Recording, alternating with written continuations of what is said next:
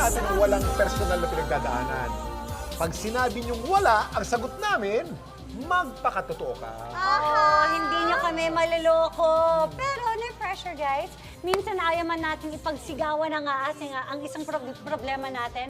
Pero pwede naman natin ilabas anonymously. Ay, I love Diba? that. Pwede naman ganon. Kasi, Yes. I mean, who really wants to shout out their problem and let everybody know? Kaya pwede, anonymous. At yung universe nang bahala. Agree, Mars. Oh, So, tama ito nga, susubukan natin yan, Mars. Yan ang Mars Sharing Group ganap natin today. Nagsulat kami ng aming current issue, problema, o tanong na kailangan natin ng advice. Nilagay natin nandito sa ating mahiwagang bowl. Bubunot kami randomly at bibigyan namin ng advice ang anonymous sender na ito. O, diba? Sinong unang bubunot, Mars? Si Mars Joey. Oh my God! Okay. Ulitin natin to, itong mga problemang nandito, galing sa atin Sa yan. atin din to, Problema pero walang natin. kilala. Problema natin. Hindi tayo Pag nabunod mo ang nagkakilala. sarili mong problema, Ibabalik. Ibabalik. Okay?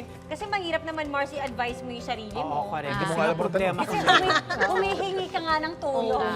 Eto na. I love it. Hindi yan kayo. How to handle mental stress for kids during pandemic. Magandang tanong yan.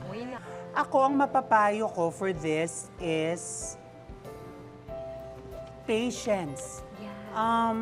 Aside from prayers, ang mga bata kasi may iba silang ano talaga eh. Iba pa yung kultura nila o iba Iba pa na yung ang kultura nila. takbo ng utak nila, 'di ba? Yung iba hindi aral at may iba't ibang personalities at characteristics ng tao.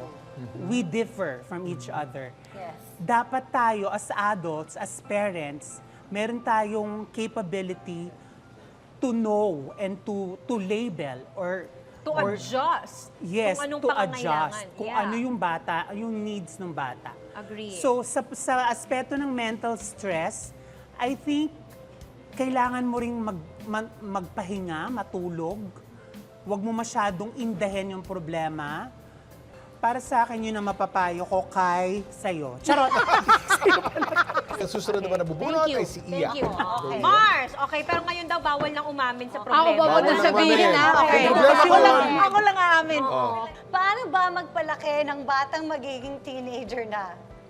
You know, times are changing. Yung pag-iisip ng mga teenager na ngayon, iba sa pag-iisip ng mga teenager noon. Correct.